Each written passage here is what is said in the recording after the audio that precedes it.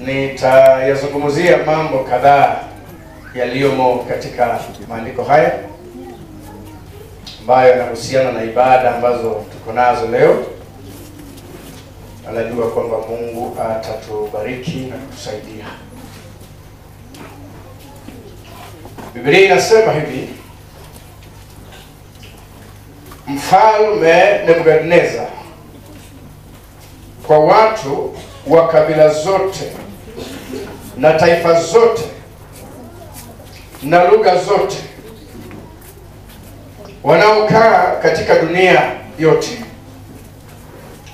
amani iongezeke kwenu. Mimi nimeona vema kutangaza habari za ishara na maajabu aliyonitendea Mungu aliye juu. Ishara zake ni kubwa kama nini, na maajabu yake yanauweza kama nini. Ufalme wake ni ufalme wa milele, na mamlaka yake ni ya kizazi hata kizazi. Mimi Nebukadneza nalikuwa nikistarehe katika nyumba yangu, nikistawi katika nyumba yangu ya enzi. Nikaota ndoto iliyonitia hofu. Mawazo niliyokuwa nayo kitandani mwangu na jonzi za kichwa changu zikanifadhaisha.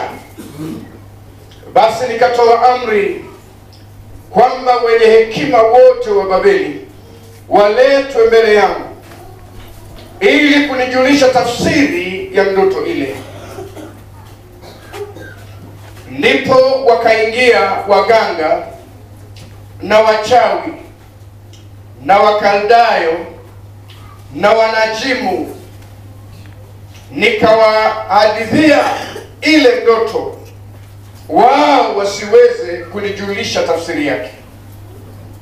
Bali hatimaye Danieli akaingia mbele yangu, ambaye jina lake ni Belteshaza, kwa kufuata jina la Mungu wangu. Tena ndani yake inakaa roho ya miungu watakatifu. Nikamhadithia ile ndoto nikisema: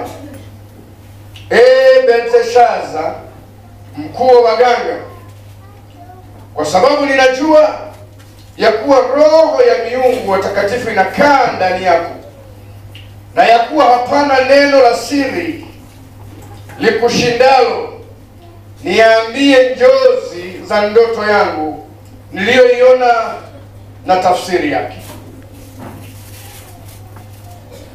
Njozi za kichwa changu kitandani mwangu zilikuwa hivi: naliona, tazama, palikuwa na mti katikati ya nchi, urefu wake mkubwa sana. Mti ule ukawa na nguvu. Urefu wake ulifika mpaka mbinguni, na kuonekana kwake mpaka mwisho wa dunia. Majani yake yalikuwa mazuri na matunda yake mengi, na ndani yake chakula cha kuwatosha watu wote. Wanyama wa kondeni walipata uvuli chini yake, na ndege wa angani walikaa katika matawi yake. Kila kitu chenye mwili kilipata chakula kwake. Nikaona katika njozi za kichwa changu kitandani mwangu, na tazama, mlinzi, naye ni mtakatifu, alishuka kutoka mbinguni. Akapaza sauti yake akasema: ukateni mti huu, yafyekeni matawi yake, yapukusieni mbali majani yake, na kuyatawanya matunda yake. Wanyama na waondoke hapo chini yake, na ndege katika matawi yake. walakini kiacheni kisiki cha shina lake katika ardhi, pamoja na pingu ya chuma na shaba katika majani mororo ya kondeni, kikapate maji kwa umande wa mbinguni, na sehemu yake iwe pamoja na wanyama katika majani ya nchi. Moyo wake ubadilike, usiwe moyo wa binadamu, na apewe moyo wa mnyama. Nyakati 7 zikapita juu yake. Hukumu hii imekuja kwa agizo la walinzi, na amri hii kwa neno la watakatifu, kusudi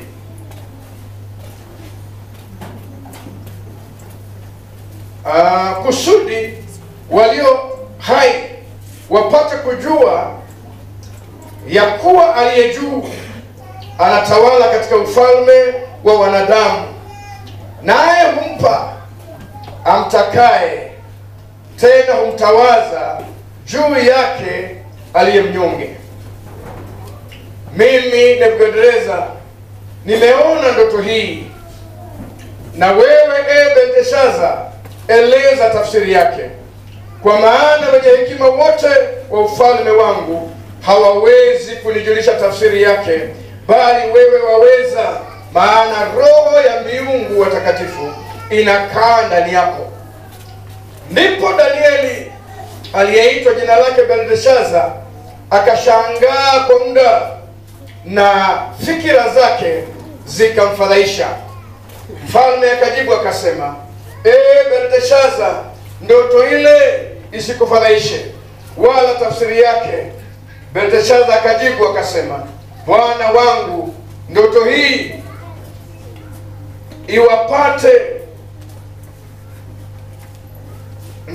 wapate wao wakuchukiao, na tafsiri yake iwapate adui zako.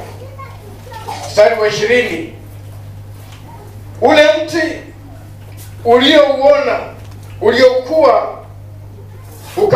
ukawa na nguvu, urefu wake ukafika mpaka mbinguni, na kuonekana kwake mpaka dunia yote, ambao majani yake yalikuwa mazuri na matunda yake mengi, na ndani yake chakula cha kuwatosha wote, ambao chini yake wanyama wa kondeni walikaa, na ndege wa angani walikuwa na makao yao katika matawi yake.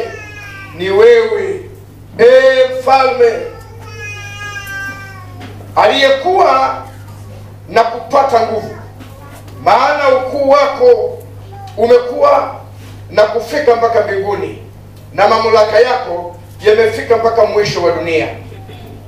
Tena kwa kuwa mfalme alimuona mlinzi, naye ni mtakatifu, akishuka kutoka mbinguni, akisema, ukateni mti huu mkauangamize, ila kiacheni kisiki cha shina lake katika ardhi, pamoja na pingu ya chuma na shaba katika majani mororo ya kondeni, kikatiwe maji kwa umande wa mbinguni, na sehemu yake iwe pamoja na wanyama wa kondeni, wala hata nyakati 7 zipite juu yake.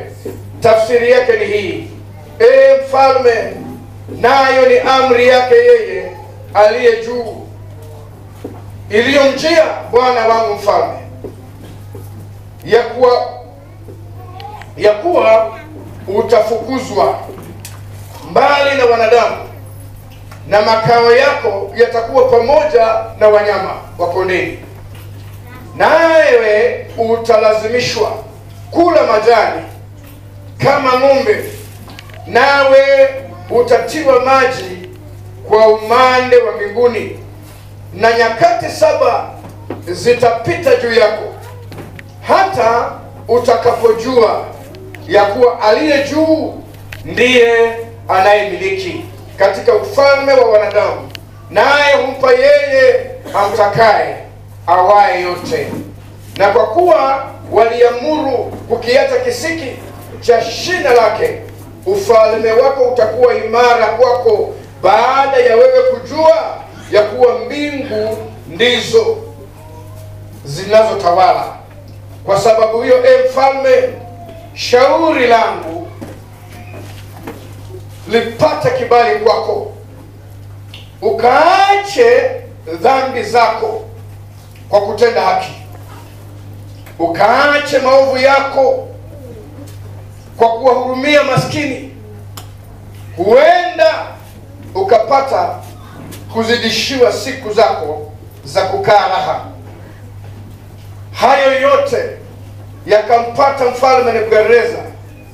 Baada ya miezi 12 alikuwa akitembea ndani ya jumba la kifalme katika Babeli. Mfalme akanena akasema, mji huu sio Babeli mkubwa niliyoujenga mimi uwe kao langu la kifalme kwa uweza wa nguvu zangu, ili uwe utukufu wa enzi yangu. Hata neno lile lilipokuwa katika kinywa cha mfalme, sauti ilikuja kutoka mbinguni ikisema, mfalme Nebukadneza, maneno haya unaambiwa wewe. Ufalme huu umeondoka kwako, nawe utafukuzwa mbali na wanadamu, na makao yako yatakuwa pamoja na wanyama wa kondeni. Utalishwa majani kama ng'ombe, na nyakati 7 zitapita juu yako, hata utakapojua ya kuwa aliye juu ndiye anayemiliki katika ufalme wa wanadamu, naye humpa amtakaye awaye yote. Saa hiyo hiyo jambo hilo likatimizwa, likampata Nebukadneza. Alifukuzwa mbali na wanadamu, akala majani kama ng'ombe, na mwili wake uliloa maji kwa umande wa mbinguni. Hata nywele zake zikawa kama manyoya ya tai, na kucha zake kama kucha za ndege. Hata mwisho wa siku hizo, mimi Nebukadneza nikainua macho yangu kuelekea mbinguni, fahamu zangu zikanirudia. Nikamhimidi yeye aliye juu, nikamsifu na kumheshimu yeye aishie milele, kwa maana mamlaka yake ni mamlaka ya milele, na ufalme wake hudumu toka kizazi hata kizazi. Na watu wote wanaokaa duniani wamehesabiwa kuwa si kitu, naye hufanya kama atakavyo katika jeshi la mbinguni na katika hawa wanaokaa duniani. Wala hapana hawezaye kuuzuia mkono wake, wala kumuuliza, unafanya nini wewe? Basi wakati huo fahamu zangu zikanirudia, na kwa ajili ya utukufu wa ufalme wangu, enzi yangu na fahari yangu zikanirudia, na mawaziri wangu na madiwani wangu wakaja kunitafuta, nami nikadhibitika katika ufalme wangu, nikaongezewa enzi kupita kiasi. Basi mimi Nebukadneza namhimidi mfalme wa mbinguni, namtukuza na mheshimu, maana matendo yake yote ni kweli, na jina lake na njia zake ni za adili, na wale waendao kwa kutakabari yeye aweza kuwadhiki. Bwana asifiwe. Nimesoma maandiko marefu, na mimi hupenda hivyo kwa sababu hata nisipoelezea maneno mengine, nikikusomea neno la Mungu, Roho Mtakatifu ana uwezo wa haya maneno, kwa sababu neno la Mungu limevuviwa kukuhudumia. Bwana asifiwe. Kwa hivyo kwa neno hili kuna mambo machache ambayo nataka kusema. Biblia inazungumzia juu ya mfalme Nebukadneza ambaye alitawala Babeli. ambayo kwa wakati huo ndio ilikuwa super power. Kwa hivyo akiwa anatawala nchi ambayo ndio ilikuwa inatiisha mataifa mengine, ina maana kuwa pia wafalme wengine wote wa mataifa mengine walikuwa chini yake. Kwa hivyo yeye ndiye alikuwa mfalme wa dunia by then. Bwana asifiwe. Na Mungu wa mbinguni alimfanikisha, alimpa nguvu, alimpa uwezo, alimpa sifa na alimpa utajiri. Na Biblia inasema ya kwamba utukufu wake ulienea mpaka miisho ya nchi. Kwa hivyo ni mtu ambaye kwa maisha alistawi, kwa maisha alistawi. Lakini neno la Mungu linasema kuna mambo ambayo katika maisha alipokuwa akiendelea kustawi, pole pole mambo haya yalianza kuchipuka katika maisha yake, na mambo haya mwisho yakamgharimu. Na haya ni mambo ambayo pia katika maisha yetu tunapofanikiwa na kuinuliwa na Mungu, yaliyompata Nebukadneza pia katika maisha yetu huibuka. Na kama vile ilivyokuwa katika maisha ya Nebukadneza, ndivyo pia katika maisha yetu inavyokuwa. Wakati mwalimu alikuwa anafundisha, kuna mambo alitaja na alizungumzia juu ya spiritual temperature. Na akasema kuna mtu akipata shilingi 10,000 temperature yake iko juu.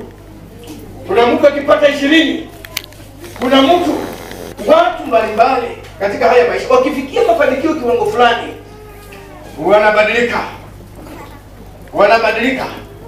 Kwa wakati mwingine tunapoomba Bwana Mungu wa mbinguni atufanikishe na atuinue katika nyanja mbalimbali, mafanikio pia yana changamoto zake. Na ni vizuri, na ninaomba kwamba Mungu kwa kuwa atakuinua na atakusaidia, Bwana Mungu akupatie neema itakayokuweka hata siku hiyo Mungu atakapokuwa amekuinua. Bwana asifiwe. Kwa hivyo neno la Mungu linasema ya kwamba Nebukadneza akainuliwa. Neno la Mungu linasema ya kwamba siku moja, kwa sababu ya yale mambo ambayo yalikuwa yamechipuka ndani ya moyo wake, Mungu wa mbinguni akawa ameghadhabika na Nebukadneza. Na neno la Mungu linasema hakumletea mtu mwingine ndoto, alimletea yeye mwenyewe. Kwa sababu yawezekana kwamba katika hali kama hii, kama angelileta unabii huu kwa mtu mwingine, labda haungelikubalika. Kwa hivyo ilibidi yeye mwenyewe aletewe hii ndoto, na isiwe ndoto ya kawaida imsumbue akosa amani, atafute tafsiri yake. Na Biblia inasema ya kwamba akaota, na katika ndoto, sitaki kurudia kila kitu ambacho kimetajwa pale kwa sababu nimesoma, na nilisoma kwa sababu nilikuwa na avoid kurudia hadithi hii kwa maneno yangu. Kwa hivyo aliota vile ilivyokuwa na akatafuta tafsiri. Na Biblia inasema ya kwamba watu wote waliotegemewa katika kutoa tafsiri hawakumpa tafsiri, ila Danieli ambaye neno la Mungu linasema roho bora alikuwa ndani yake, roho wa miungu akamsaidia kutafsiri hiyo ndoto. Kwa hivyo jambo la kwanza nataka kuzungumza katika maisha kwenye ibada hii ya leo ni kwamba Mungu wa mbinguni anapokuinua, Bwana asifiwe, anakuinua kwa faida ya watu wengine. Ambia jirani yako, Mungu akikuinua katika level ya aina yoyote, anakuinua kwa faida ya watu wengine. Biblia inasema hivi kwamba katika ndoto Nebukadneza aliona mti mrefu uliokuwa na mpaka ukafika mbinguni. Na neno la Mungu linasema ya kwamba ukawa na matawi mengi na majani mengi. Na inasema ya kwamba kulikuwa na matunda mengi kwenye huo mti ambao ulikuwa chakula cha watu wote. Bwana asifiwe. Na majani yake, ndege wa angani, kila aina ya ndege alipata nafasi ya kujenga kiota kwenye huo mti. Na hiyo kwa kuinuliwa kwake, wanadamu wote walifaidika, kwa sababu kwa matunda yaliyotoka kwenye huo mti walipata chakula. Kwa hivyo hakuna mtu alilala njaa, kwa sababu Mungu alikuwa amemstawisha na ameusawisha huo mti kwamba kulikuwa na matunda mengi yaliyotosheleza kila mtu kwa chakula. Kwa hivyo hakuna mtu aliyekuwa na njaa kwa sababu ya matunda yaliyotoka kwa mti. Ndege wa angani walihitaji mahali pa kufanya makao. Kwa hiyo kila ndege, kwa sababu ni mtu ulikuwa umekuwa mkubwa na umepanuka, kila ndege alipata mahali angeweka kiota chake. Na wanyama wa msituni pia walipata mahali ambapo wangepata hifadhi na kivuli. Kwa hivyo kuinuliwa kwake kulikuwa faida ya watu. Nataka kusema hivi kwenye maisha, vile nimesema, jambo la kwanza ni kwamba kuinuliwa kwa maisha ya mtu katika maisha ni kwa sababu ya faida ya watu, si kwa sababu ya faida yako. Nasikia unainuliwa na Mungu ili watu wengine, hawa wasiobahatika, maskini, hawa watu ambao hawana chakula, hawa watu wengine wafaidike. Kwa hivyo kwa maneno mengine kuwa Mungu anajibu maombi yako kupitia wewe. Kwa hivyo Bwana anapokuinua ni jawabu ya maombi ya watu wengine. Bwana asifiwe.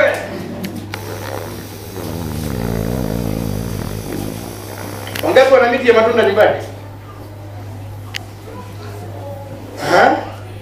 Au una gani? Avocado. Nani anakulanga avocado? Ni mti ama wewe?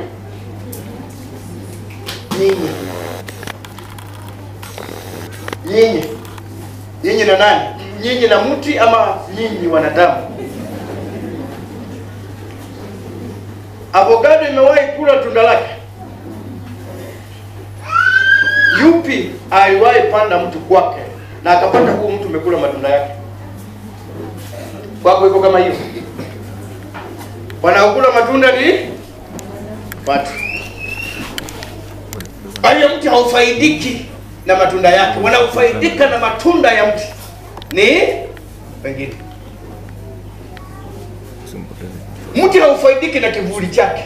Wanaofaidika na kivuli ni wale wanaokaa chini ya mti. Bwana asifiwe. Wanaofaidika na makao ni wale wanaojenga juu ya huo mti. Kwa hiyo nimesema kwenye haya maisha, jambo la kwanza unataka kujua mahali upo. Na ninajua kuwa hata kama haujainuliwa kama huyo mtu mwingine, umeinuliwa kwa kiwango. Wewe ni bora kuliko watu wengine. Kwa hiyo level, Bwana asifiwe, kuna watu ambao Mungu anatazamia katika mafanikio yako wafaidike. Kazi hiyo Mungu alikupa si tu kwa sababu yako na familia yako. Alizingatia pia mahitaji ya watu wengine usiowajua. Na katika haya maisha kwa nyakati tofauti utawaona wakihitaji huduma yako kwenye hiyo kazi. Wewe faida yako ni mshahara yako. Bwana asifiwe. Mshahara ile unapata, lakini huduma ni kwa watu. Mimi nimesema hakikisha kwamba katika mahali popote ambapo Bwana Mungu amekuweka katika maisha, kuna watu wanafaidika. Hawa ndio watu watakaofanya uendelee kufaulu, uendelee kukaa, uendelee kufanikiwa, kwa sababu Mungu alikuinua si kwa sababu yako, alikuinua kwa sababu ya watu. Bwana akikubariki na kipawa na karama ya huduma ni kwa sababu ya watu, si kwa sababu yako. Bwana asifiwe. Amen. Huduma si kwa sababu yako, ni kwa sababu ya watu. Kama Mungu aliniita na akanifanya mimi kuwa mchungaji na mhubiri, uchungaji na uhubiri huo haunifaidi kwa sababu sijihubiri. Wale wanaofaidika na huduma yangu ni nyinyi pamoja na watu wengine walio chini ya huduma hii. Kwa hivyo nimesema nini? Kwa kifupi ni kwamba mafanikio yetu kwenye haya maisha ni kwa sababu ya watu wengine. Kwa hivyo usiwazuie watu kwa sababu ni haki yao. Ulipoenda kuchuma avocado, uliona mtu ukakugombanisha, ukakukataza, ulikuuliza kitu? Hata wakati mwingine mnachuna bila utaratibu. Chukua miti unalinga, unaijeruhi, lakini hailalamiki na haiwachi kuzaa. Bado msimu mwingine itazaa, utalinda na bado itazaa na bado utaendelea kukula. Kwa hivyo hata wale wanaokula matunda hawakulangi kwa utaratibu. Wengine wanafaidika na huduma yako na mafanikio yako, lakini bado Wakati mwingine wanapochuma na matunda wanakuumiza, lakini bado utazaa. Ukisema sisi tutazaa kwa sababu unaona? Biblia inasema Nebukadneza, kwa sababu ya haya mafanikio, kuna mambo yalianza kuchipuka ndani yake. Kiburi na majivuno ya aina fulani. Na kwa njia moja au nyingine pia akaanza kutumia hiyo nafasi na hayo mamlaka na kiwango hicho Mungu amemweka kufanya maovu na kudhulumu watu. Na nimesema zote tumeinuliwa. Ukiangalia huku nje, si kuna miti? Hii miti yote ni saizi moja kweli? Miti si saizi moja. Kuna miti mirefu, kuna mingine hivyo. Lakini yote ni miti. Kwa hivyo, ninajua vile nimesema hatufanani na hatuko katika viwango vimoja, lakini kila mtu ana kiwango chake. Kwa hivyo, kila mtu kwenye haya maisha, kuna watu wanakutegemea. Kuna watu wanategemea msaada wako. Kuna watu wanategemea hicho cheo chako. Kuna watu wanategemea hiyo ofisi yako. Kuna watu wanategemea hiyo huduma, karama yako. Kuna watu wanategemea. Kwa hivyo nimesema Mungu amekubariki na amekufanya kuwa vile ulivyo kwa sababu ya watu wengine.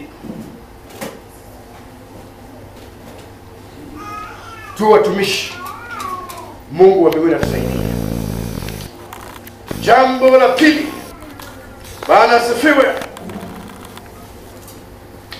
ni Mungu huinua. Mtu huwa hajiinui, ni Mungu huinua mtu. Katika kitabu cha Zaburi, mahali nafikiria ni 75, inasema ya kwamba kuinuliwa kwa mtu hakutoki mashariki wala magharibi, hakutoki kusini wala kaskazini. Kuinuliwa kwa mtu kunatoka wapi? Juu mbinguni. Na Biblia inasema ya kwamba yeye huwainua watu kutoka mavumbini, watu wanyonge akawaketisha pamoja na wakuu. Kwa hivyo hapo ulipo ni Mungu amekuinua. Na ni sababu wakati mwingine unajipata ninyi umetoka katika familia moja, lakini Mungu kwa neema yake amekuelevate wewe. Bwana asifiwe. Amekuinua wewe. Wewe katika jamii ndio unaonekana kuwa unaonekana na ndio unategemewa. Bwana asifiwe. Hawa wengine hawakukosa. Kama kuinuliwa ni kwa damu, wote wangeinuliwa. Lakini kwa nini kwa watu waliozaliwa na wazazi wale watu wamezaliwa kwenye jamii na damu moja, wengine wanang'ang'ana kwenye maisha na wewe uinuliwe? Ni kwa sababu Mungu alitaka kwa kuinuliwa kwako uwasaidie na wainue hawa wengine kwenye familia hii. Bwana asifiwe. Sasa usione ni kama wanakuzumbua. Ukiona wanakuletea watoto uishi na wao na wasaidie na wasomeshe, usiseme ni kama walikuzalia. Hapana. Bwana, wahudumie kadiri ya huo uwezo Mungu atakupa. Bwana asifiwe. Uliza mwenzako kama amesikia. Hiyo promotion unapata si kwa sababu ya masomo ulionayo. In fact, katika maisha ukifanya uchunguzi utapata kuna watu wengine ambao wana elimu kuliko hata wewe, lakini unawatawala na kuongoza. Hayo si bidii ya mtu, ni Mungu anainua. Ni Mungu anafanya nini? Si bidii ya mtu, ni Mungu huinua. Na Mungu akikuinua na kuinua kwa sababu wacha ubinafsi. Bwana asifiwe. Wacha kukula matunda yako. Usikia Anthony? Usikule matunda, wacha watu wakule matunda. Wewe ni miti, kazi yako ni kuzaa matunda. Na ni kazi ya watu kukula matunda.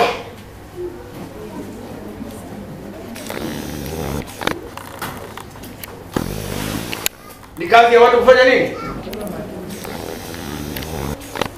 Na wenye kutaka hifadhi kivuli usiwafukuze. Bwana asifiwe. Wakae kwenye hiyo umbrella wasikie vizuri, wasichomwe na jua. Na ile ndege inasikia inataka kujenga kiota, ijenge. Hivyo ndivyo Mungu. Kwa hivyo ni Mungu huinua kwa sababu yake. Jambo lingine nataka kukuambia katika maisha ni kwamba hata bila wewe, Bwana asifiwe, hao maskini na hao watu wengine wanaweza ishi. Si kwa sababu tusipowasaidia hawatasaidika. Hapana, watasaidika, maana Mungu ana njia nyingi. Unajua nimekuwa nikisoma neno la Mungu. Biblia inasema ya kwamba ni mti ulikuwa umekuwa na ulikuwa umezaa matunda na watu wote walimtegemea. Kwa hivyo chakula chao walikuwa unapata wapi? Hapo. Ndege wote walipata hifadhi hapo. Wenye wanataka kivuli walipata hapo. Lakini Mungu anapojiandaa kwa sababu kuhukumu, kutoa hukumu kwa Nebukadneza, Biblia inasema kwanza anawaambia ndege wahame, si ndio? Wahame. Na wanyama watu waende. Na wanadamu waende. Na miti ikakatwa. Hizo branches na kila kitu kikakatwa. For the 7 years. Ile ambayo Nebukadneza anakula nyasi kama ng'ombe, ndege wanaishi. Bwana asifiwe. Wakihama hawakukosa mahali pa kujenga. Ulihamia kwenye miti mingine na maji yao iendelee kama hakuna kitu kimefanyika. Matunda watu waliendelea kukula. Kivuli aliathirika ni Nebukadneza peke yake. Hausikii ndege. Maana Mungu mwenye kujali ndege na watu wengine anajua hata pasipo wewe kuna mahali pengine anaweza kuwaweka na wakule na waishi. Siku moja ni Mordekai alimwambia Esther, nani anajua kwamba Mungu alikuleta katika ufalme kwa sababu hii? Na akamwambia usipokubali kutumika, Mungu wa mbinguni ataleta wokovu kwa Israeli kupitia njia nyingine. Kwa hivyo mwambie jirani yako si lazima usaidie wewe yatima afikie kwa destiny yake. It's not a must. It's just a privilege. Bwana Mungu amekupa. But with or without your help, Mungu wa hawa watu Bwana atawalisha, Bwana atawatunza na Mungu atawasaidia kufika kwenye hatima yao. Nimekwambia ni fursa tu na ni neema Mungu amekupa. Unasikia?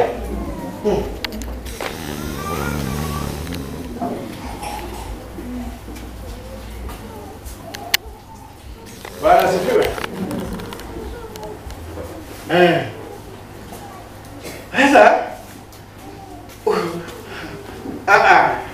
usifikiri maisha yote yamefungiwa kwako. Hapana. Musa alitumiwa na Mungu kutoa wana wa Israeli kutoka katika nchi ya Misri. Na nafikiria katika maisha hawakuwa imagine kwamba pasipo Musa ambao watafika Kanaani. Lakini unajua Musa alikufa.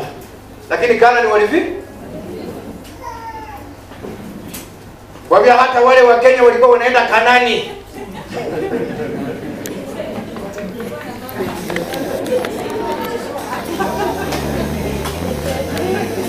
Bwana asifiwe. Ambia Mkenya mwenzako aliye karibu na wewe, wale waliokuwa wanaenda Kanaani. Na sasa Musa amekufa, Bwana atainua Yoshua. Mwambie Kanaani utafika. Kanaani utafika.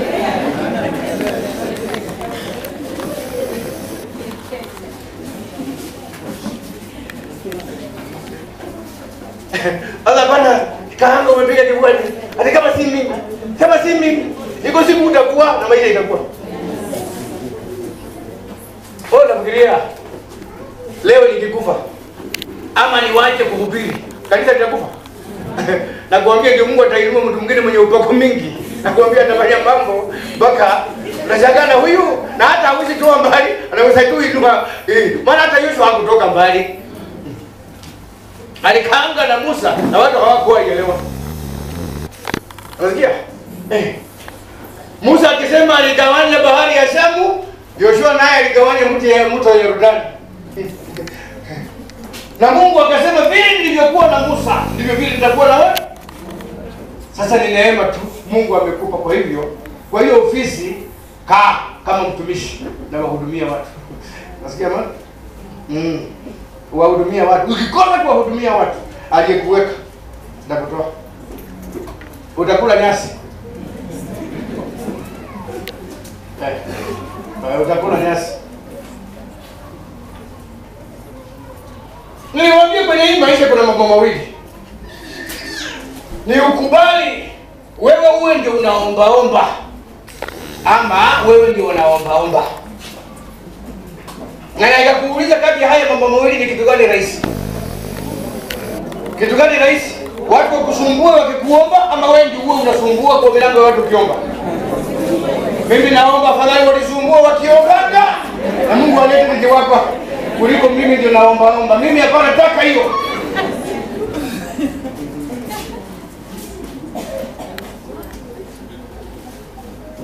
Nimekuambia bila wewe wataishi.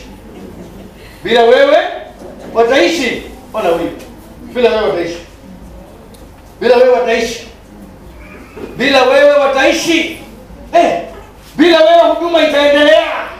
Unasikia hapana fika mahali ni kama unakuwa kaida fulani mpaka unataka watu wa kuabudu alafu unasemanga bila mimi hiyo haiwezi endelea. Waacha uone. Waacha. Itaendelea. Unasikia? Nyinyi mnaotumika hamjafanya kuwa miungu. Nyinyi ni Mungu tu, ni nafasi. After all kile kinachopareti ndani yenu si chenu, ni ile roho ya Mungu. Na anaweza itoa aweke kwa huyu. Bali ilikuwa yako. Ilikuwa yako. Kuna atatoa. Na ni sababu unaona siku nyingine Yesu akawaambia, mkikatana watu wanisifu. Maana wengine watoto wengi mnaweza wazuia, muambie msiende. Anasema Mungu ana uwezo wa kufanya mawe isifu.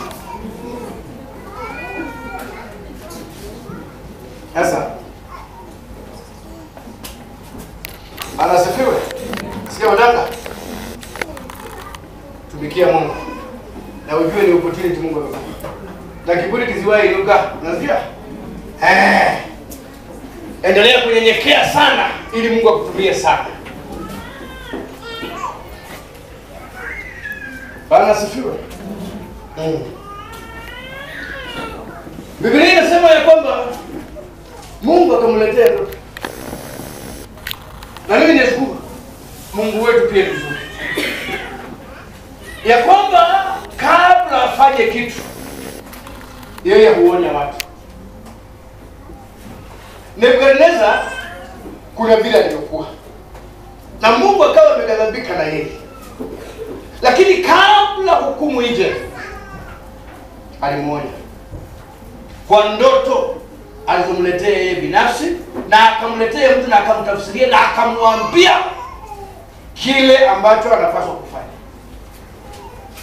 Biblia inasema ya kwamba baada ya Danieli kutafsiri ndoto, unasoma neno la Mungu linasema Danieli alimshauri na akamwambia, Bwana asifiwe.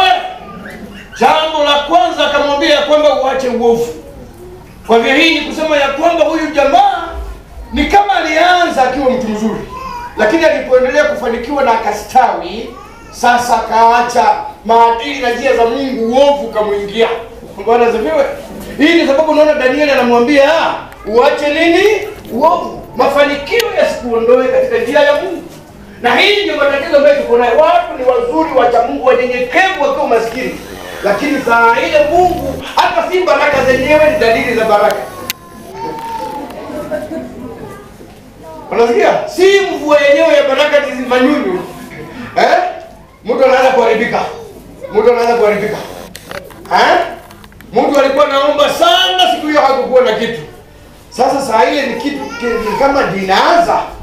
Bwana asifiwe. Kibanda tu ndio inaanza kushika sisi supermarket. Ni kibanda. Sasa hakuji kwa kanisa ukakwambia kasi wateja.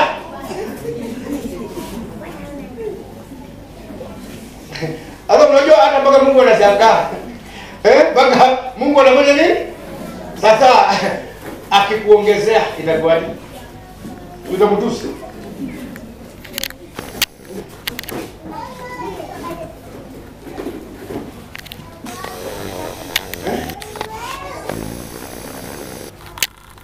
Unaona watu hata tu atakipewa tu kuacha kwa sherehe pale ya wenyewe, si yake. Sherehe ya wenyewe. Nakwambia anakuwa kama mwenye sherehe. In fact hata anakuwa na uwezo kuliko mwenye sherehe. Kuna watu mlikuwa mnaongeeka nao, lakini sasa ukianza kubadilisha nguo moja mbili wanakuwa si kilasi yako tena. Saa hiyo ndio unaanza kuona hiki baraka si kilasi yako. Unasikia? Ili sasa sige adikanisa ya baba. Na hii ndio unaona kwa hii mabadi ndio tumekuombea ubarikiwe. Bada. Si Si hapa tu ndio umekuwa. Ulikuja ukitembea kwa mguu. Sasa leo Mungu akikubariki na gari, sasa uanze kusafiri kwenda Eldoret, tunasema kwa kanisa ya mabadishi kirasi yako. Uko na Kazumba.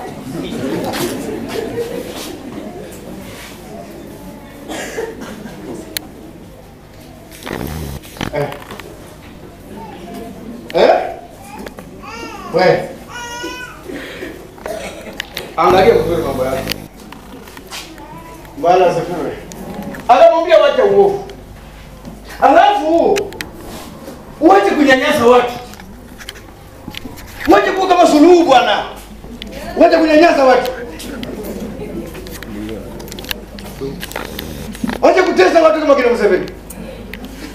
Ukipewa madaraka kidogo kwenye maisha, please itumie kusaidia watu. Uache kugandamiza watu. Danieli anamwambia mahali imefika Mungu mwenye hawa watu anakasirika na anasikia baya. Badilisha tabia, labda huyo Mungu atakuhurumia. Bwana asifiwe. Abadilisha hukumu yake. Na neno la Mungu linasema kwamba hukumu haikukuja mara moja ikachelewa. Lakini neno la Mungu linasema huyu jamaa hakubadilika, kiburi kiliendelea. Mwaka mmoja ukapita, maana Biblia inasema kwamba miezi 12.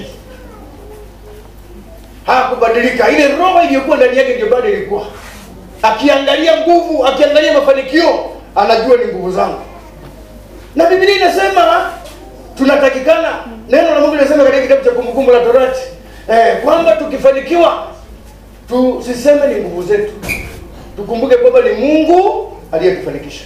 Na ni Mungu anapeana watu nguvu na uwezo wa kufanyika nini? Matajiri. Ni Mungu. Si nguvu zako. Unasikia? Umewahi kujua kwamba kuna watu wanaendesha bodaboda hapa na wamesoma kuliko wewe? Akitoa stakabadhi zake mpaka unaziangaa. Alitafuta kazi, milango ya kazi ijifunga. Sasa ukija kwa bodaboda ukimwangalia unafikiria ni kama hakusoma. Sasa wewe kwa sababu uko na certificate, unaona watu wengine wale hawakusoma. Lakini in terms of unaona ni neema ya Bwana. Ni neema ya Mungu. Usinyanyase watu.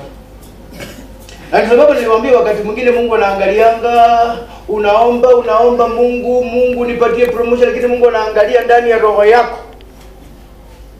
Anajua. Siku ile tu atakupatia kuwa head teacher wa go down.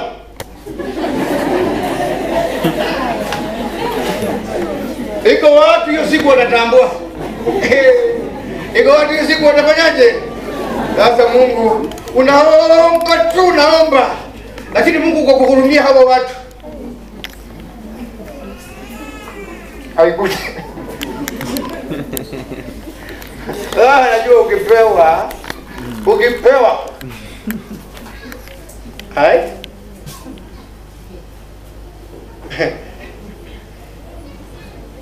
Anaangalia. Mnaonekana wanyenyekevu kwa sababu ni vile maisha imewasukuma na kuwafinya mara nyingi. Lakini Mungu ni Mungu, na Mungu hupeana nafasi ya pili. Kwa watu mtu akitubu na kumrudia Bwana Mungu hupeana nafasi ya nini? Ya pili. Nataka kuambia hivi, yawezekana kwamba hata sasa nazungumza unakula nyasi. Ukiinua macho na ukumbuke kwamba kuna Mungu, ukumbuke na utambue makosa uliyofanya na ukubali kurekebisha. Mungu wa mbinguni anaweza kukupatia nafasi. Mungu wetu ni Mungu wa neema. Bwana asifiwe. Maneno haya ninakueleza mwenyewe nimeandika. Na anasema kumbe Mungu wenye kiburi Mungu anaweka chini. Na anainua. Na amekubali alikuwa na kiburi. Mistari ya mwisho na ya kwanza ni yeye. Na anasema ametambua kwamba Mungu yuko. Bwana Mungu yuko. Mungu wa mbinguni yuko. Bwana Mungu yuko. Nataka kuambia wacha majivuno. Ukinyenyekea utaenda mbali. Mtumikie Mungu. Uwe mwaminifu. Kwa nafasi Bwana Mungu amekuweka, kubali kutumika. Na nimesema kubali mafanikio yako yasaidie. Bwana sifiwe. Na ukionywa onyeka. Unasikia? Nimekwambia utakula nyasi. Ambia jirani yako usikusikie utakula nyasi.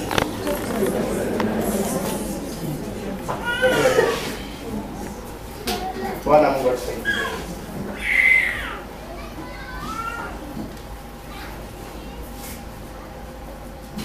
Leo hii siku ya mavuno. Kuna watu wengine walikuwa na lima poindi moja. Poindi? Ndio kuna yake si nyingi. Kama kwa mbili tatu. Wao waaminifu sana mbele za Jehova. Kaenda kwa waanza kulima eka moja. Sasa inatoka kama kwenye 20. Ishika kwenye 200 namna hii. Hii yote. Sasa sasa hivi anakumbuka si Mungu anapelekea mtu. Siwezi pelekea mtu hivi yote.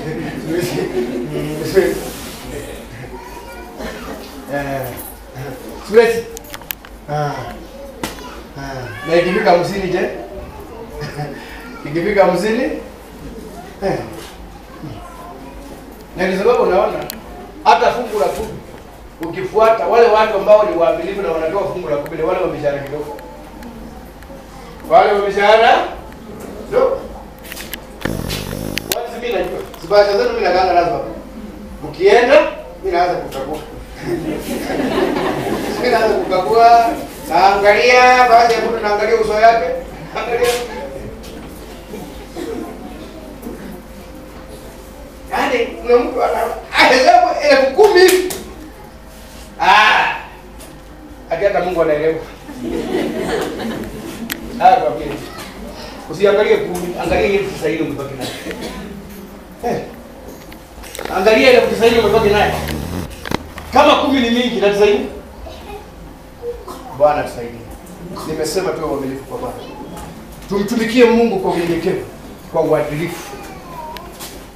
Nasikia? Tukiinuliwa na Bwana, tukubali kutumika. Na baraka zetu. Let people feel ile blessings Mungu amekupa. Na watu ndio kutuombea. Ukihudumia watu, ukaguza maisha ya watu, watu wanasema Mungu bariki huyo mtu. Mungu bariki huyo mtu. Lakini wakikulia wamekulaani. Aisha yake Yesu. Avyo. Nasema Mungu akimwona akubariki. Na tusaidie. Mimi nataka tuamke. Na haya mambo mimi sijahubiri ili kukusisimua. Ni neno la Mungu.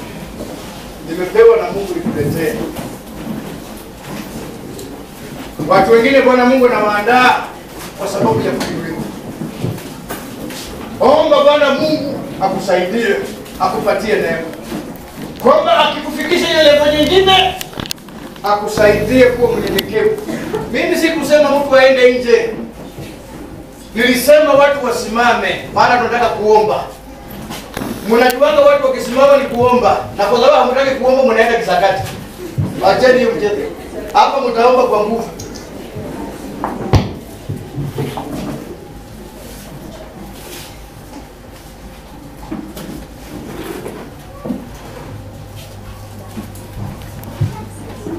Wengine hapa kiburi na majivuno imepanda.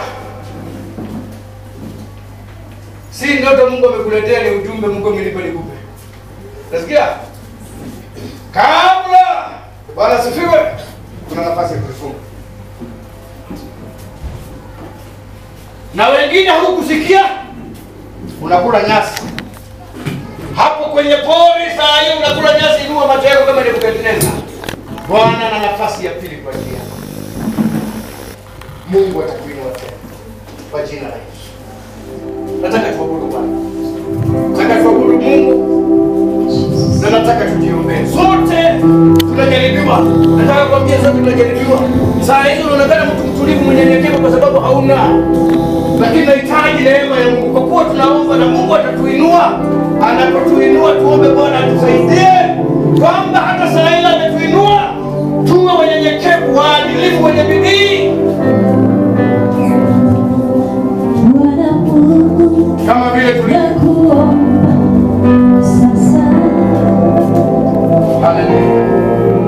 kwa jina